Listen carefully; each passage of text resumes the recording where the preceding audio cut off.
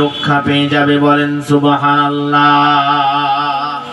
আমার মুসলমান ভাইরা, বিপদ থেকে বাঁচার যে পথ, যে 4টা গুণ, এই 4টা গুণ আমাদের জানার দরকার আছে না নাই? সবাই বলেন আছে না নাই? এই 4টা গুণ অর্জন যদি কোনো ব্যক্তি করতে পারে, তাহলে সেই ব্যক্তি আল্লাহর জান্নাত পাবে, দুনিয়াতেও শান্তি পাবে, পরকালেও মুক্তি পাবে, নাজাত পেয়ে আল্লাহর জান্নাতে চলে যাবে, বলেন আল্লাহু আকবার। আমার ভাইরা, আল্লাহ বলছেন, আল্লাহ রাব্বুল আলামিন বলছেন, ইল্লাল্লাযীনা আমানু ওয়া আমিলুস সলিহাতি ওয়া তাওয়াসাউ বিল হাক্কি ওয়া তাওয়াসাউ বিস সাবর।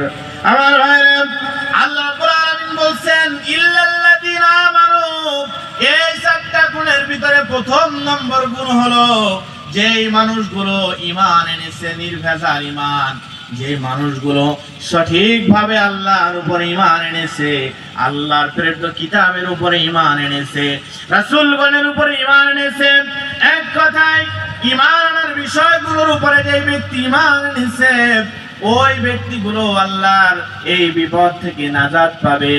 2 নাম্বার গুণ হলো, আমার ভাইয়েরা, সময় খুবই সংক্ষিপ্ত, অল্প কথায় শেষ হয়ে যাবে।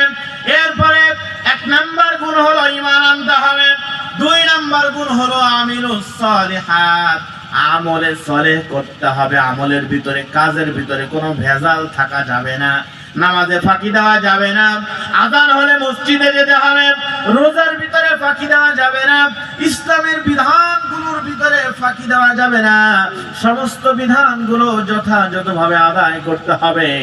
আমার ভাইরা, যখন আমি নির্ভেজাল ঈমান আনলাম, এরপরে যখন নির্ভেজাল আমল করলাম, নির্ভেজাল ঈমান এবং আমলের পর 3 নাম্বার গুণ হলো ওয়া তাওয়াসাউ বিল হক, আমার এই নির্ভেজাল ঈমান এবং আমল মানুষের কাছে প্রচার করে দিতে হবে, বলেন সুবহানাল্লাহ। মানুষের কাছে হকের বাণী শোনাতে হবে, সত্যের বাণী মানুষকে শোনাতে হবে, মানুষকে দ্বীনের দাওয়াত দিতে হবে। আমি একা একা ইসলাম মানবো তা হবে না, আপনি দ্বীনের সমস্ত বিধানগুলো একা একা মানবেন, কিন্তু মানুষকে দাওয়াত দিবেন না, এটা হবে না।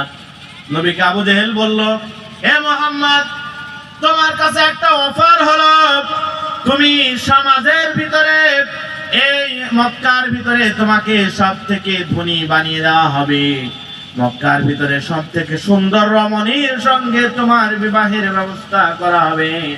শর্ত হলো একটা, তোমাকে একটা হুজরা খানা বানায় দেব, এই হুজরা খানার ভিতরে বসে বসে তুমি নিজে ইবাদত করবা, কিন্তু মানুষের কাছে দাওয়াত দিতে পারবা না।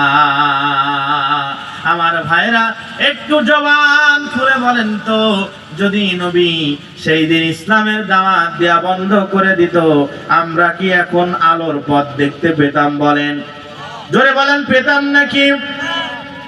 নবী এক বাক্যে উত্তর দিল, আবু জেহেল, এ তো দুনিয়ার সামান্য অফার, তুমি যদি আসমানের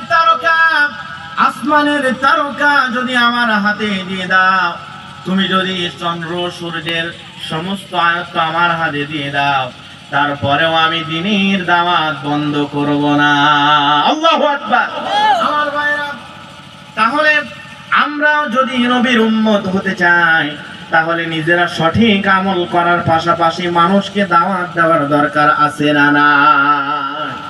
আপনি যখন দাওয়াত দেবেন, সময় অল্প, কথা শেষ, 4 নাম্বার গুণে যাব। এবার সর্বশেষ গুণ হলো 1 নাম্বার আপনি ঈমান আনলেন, 2 নাম্বার আমল করলেন, 3 নাম্বার দাওয়াত দিলেন। এইবার দাওয়াত দেওয়ার সময় আপনি যখন মানুষের কাছে সত্যের বাণী পৌঁছাবেন, মানুষগুলো আপনাকে পাগল বলবে, গালি দিবে, মারবে, অপমান করবে, লাঞ্ছিত করবে, এই সময় আপনাকে আল্লাহ বলছেন ধৈর্য ধারণ করতে হবে। সমর্থ হাজির, নাজারের বিরতি।